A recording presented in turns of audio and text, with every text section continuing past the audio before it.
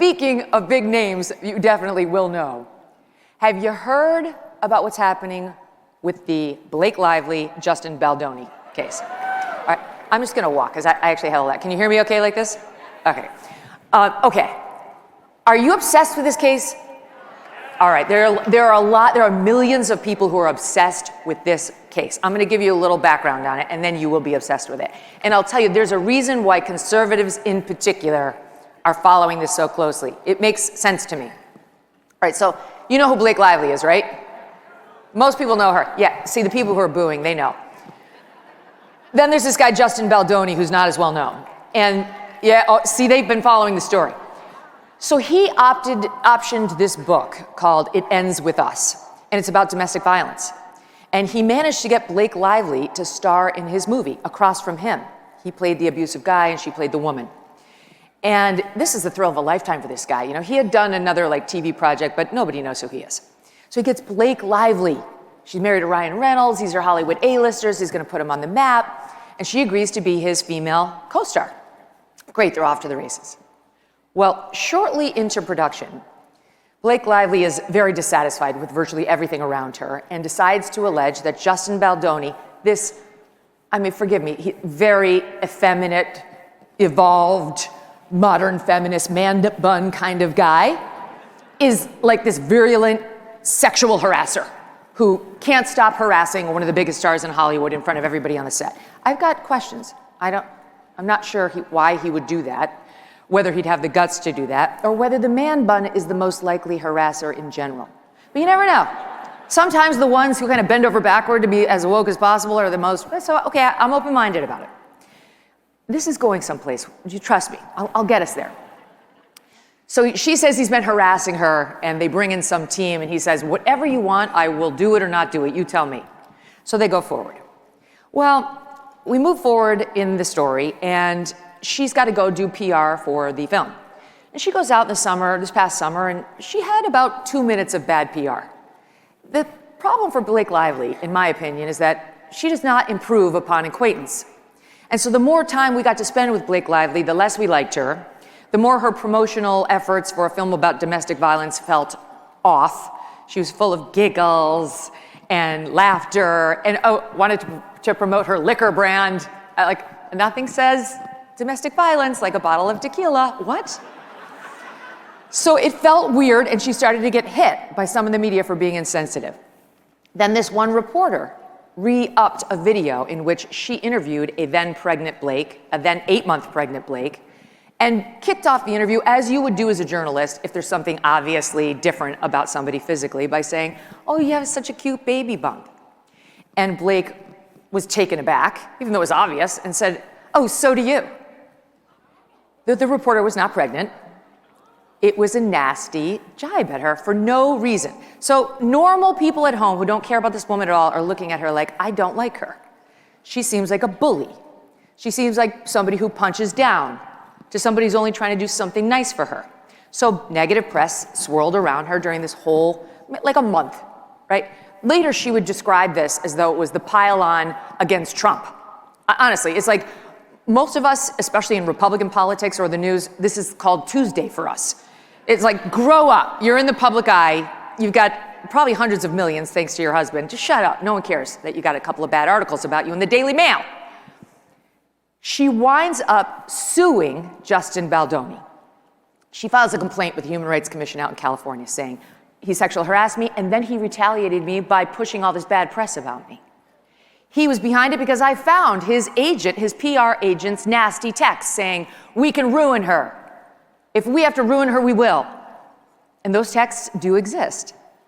And Blake Lively went to the New York Times, and the New York Times wrote this sympathetic, poor Blake Lively story. Oh, we were all wrong about her and her weird PR. She's actually a good person and a Me Too victim. And then Justin Baldoni did something very smart. He hired the lawyer who represented me in my fight with NBC News, which ended well. His name is Brian Friedman, and he's a legal genius. Highly recommend if you ever, God forbid. And Brian Friedman knows how to fight back against a bully. Trust me. And he started telling everybody Justin Baldoni's side. He told us that Justin Baldoni denied those claims of sexual harassment and only tried to appease Blake Lively because she was such a high-maintenance diva bully brat. He had to bend over backwards just to get her to shut up and complete the film.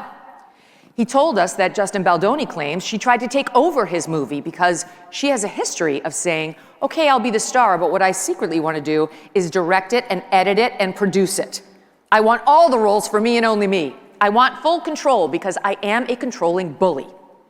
That Justin Baldoni, ultimately, by the time they got to the premiere, was mandated by Blake Lively to spend the night in the basement away from his co-stars and didn't even get to see the final cut of his own movie because Blake Lively insisted that she be the one to approve it until he watched it on the screen with his editors, who also hadn't seen it because her editors finished it up. That's the situation he says he was in.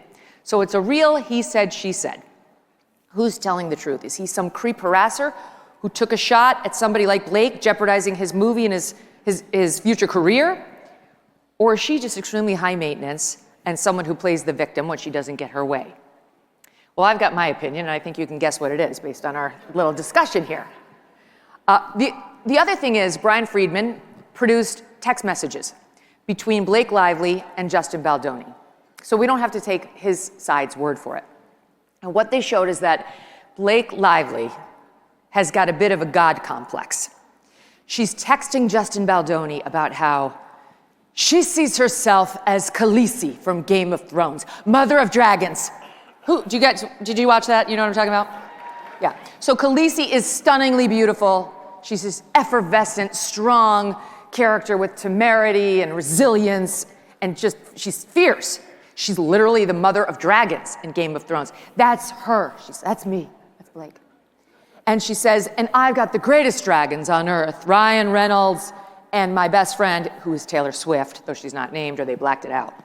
So she's telling him, I'm mother of dragons, and my dragons will cut a bitch.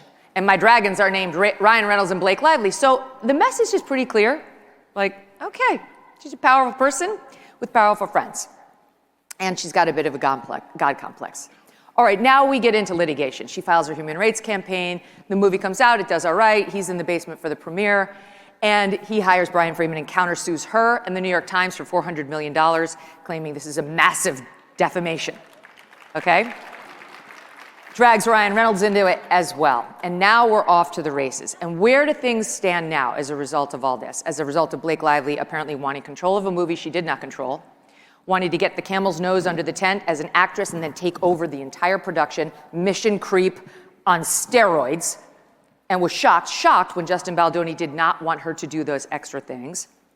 And then when it all blows up, lawsuits and cross lawsuits, and Blake Lively, who I believe thought she would be received or perceived as an Alyssa Milano or Ashley Judd Me Too victim, is instead looking a lot more like Amber Heard. How did that work out? Bad move. And honestly, to me, the lesson is, A, be a good person. But B, if you're a Hollywood star or any sort of a public figure, would you just please take your licks in the press and shut up about it? People have real problems. They don't give two craps that you had a couple of negative articles written about you in the Daily Mail. And in her complaint, the thing she's bitching about is that this terrible PR campaign that was opened up against her hurt sales of her liquor brand and her hair care products. Oh my God.